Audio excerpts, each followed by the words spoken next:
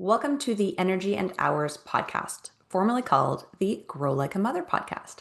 I'm your host, Jill Wright, author of Happy, Healthy, Wealthy, and Wise, and creator of the Time Magic Seasonal Planner. On this podcast, we talk about time and energy management tips that we can use to flow through our day in a way that feels more aligned. We focus a lot on how to use cyclical energy, seasonal cycles. We talk about productivity. We talk about self-care. We talk about rest. It all comes together in what I like to say is time magic. And if you tune into these episodes week after week, you're going to get a half an hour punch of tools, tips, and strategy advice for you to go and implement right away in your day to make your life feel a little bit more like you and a little bit less stressful. Hey guys, welcome back to Energy and Hours. I'm your host, Jill. I'm really excited to be here with you today because I want to talk about something that saved this podcast, at least for this week. So I have had a week that was busier than expected. I'm sure we can all relate to that. It happens to the best of us. The best laid plans, right? We don't anticipate sometimes the things that are going to pop up.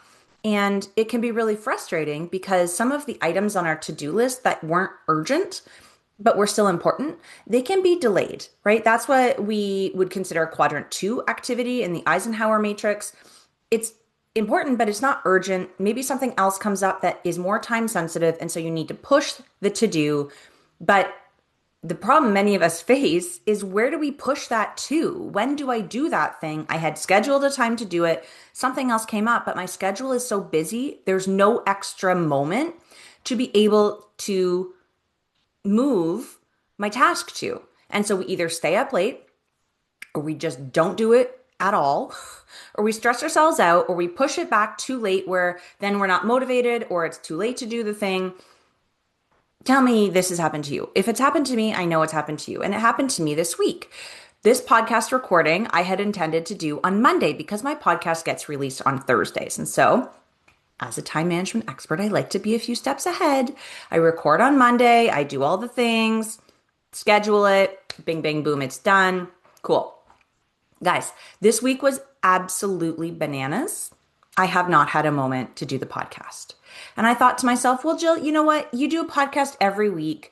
No one's going to notice if you miss a week. It's totally fine. Cut yourself some slack. And those are all really good thoughts, because the last thing that I want to do is get overwhelmed and feel time pressure. I'm not here for time pressure in any kind of way. As a super productive person, I know that I am getting enough done, right? But I had reserved a bit of time on Thursday morning before the podcast went out. At 7:30 a.m., there's nothing on my calendar. I'm up, I'm ready, I've done my workout, I've had my breakfast, I'm in front of my computer. And instead of diving in to the other tasks that are on my list today, I'm going to take 10 minutes and I'm going to sit down and record my podcast for you guys. And yeah, it'll be released a little bit later than I had anticipated. Usually it goes out at midnight Eastern Standard Time. It's not going to. But I was able to find a pocket of time later in the week where nothing was scheduled and use it to do the thing that I had to postpone. This we can do intentionally. And when we do this intentionally, it is called setting a rain date. Okay, I heard this about, I don't know, a few months ago from Laura Vanderkam, who is, one of my favorite time management experts. And she talks about this idea of setting a rain date when you do weekly planning. Gosh, weekly planning is something I obviously do, right? Got my planner right here in front of me, the Time Magic Planner. It's part of Momentum membership. We go through guided weekly planning together every week. I could go on and on and on about why weekly planning is so important. And I have gone on. And if you have been here, you've heard the episodes. But the thing that I love about this idea of a rain date is that we look at our calendar ahead and we find a pocket of time. And even if it's 15 or 20 minutes, half an hour, whatever you can, it doesn't matter the day. And it really doesn't matter how much time.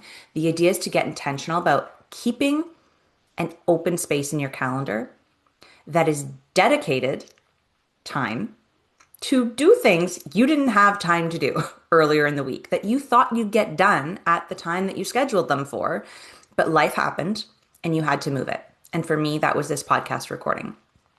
I had this pocket of time set aside at 7:30 a.m. on Thursday morning as a rain date. And yes, if nothing got shifted in the week, I could have very easily used this time for 1,000 other things. Let's get real. The to-do list is always there. It's not like I don't have things to fill this time with and I would just be like, doo doo doo, twiddling my thumbs if I hadn't had something go off schedule earlier in the week. But the beautiful thing is, when things go off schedule, and they did, and I think we can count on the fact that they always will, I had a rain date. I had some time set aside with no other expectation of it. And so I can just pop into that time, do the tasks that got delayed. It still gets done in the week, right? We want to look at our time not in the day, rather in the week, the full 168 hours. That's how we literally live our lives. If we open it up and look at it from that broader perspective of the week, shifting something from Monday to Thursday, not that big of a deal. I'm still going to get it out on time, right? And the nice thing is, if I hadn't needed to record this podcast in this slot, or if something else hadn't gotten bumped that I needed this time slot for, that's found time, my friends. That is time where nothing is scheduled, and I could use that for self-care. I could use that for whatever the heck I wanted to do. I could move my business forward in that time. I could make a phone call in that time. I could be creative in that time. I could treat myself to a walk in the woods. There's a million things that I could have used this time for had I not needed it. But if I hadn't set it aside, I would have been behind on the thing that got delayed, AKA recording this podcast for you about a rain date, oddly enough. Excuse me. Lost my train of thought. If I hadn't set the if I hadn't set the time aside, I wouldn't have got that done. And I wouldn't have had an opportunity to work through something that was meaningful to me, right? If we don't set these pockets of time aside to do things that nourish us, that fill us up, that are valuable to our lives, then they don't happen. Because if it's not on our calendar, it's really not going to happen, right? We all know that one. There's things that have been pushed and pushed and pushed, and they just never get done because you didn't schedule the time for it. Right? That's one of the reasons we do the weekly planning, to make sure that things we're telling ourselves are important, the things that we are talking about and proclaiming as our values and our priorities are actually accomplished. But I just love this idea of having a rain date to tackle stuff that had to be moved and or use it as a time for you. And like I said, it doesn't need to be the same time every week. It doesn't need to be any particular length of time. You look at your calendar ahead, and as part of your weekly planning, you choose a rain date. This is so exciting, this concept. I'm in the process of revising the Time Magic Planner, not in a big way. There's a few tweaks that I want to make.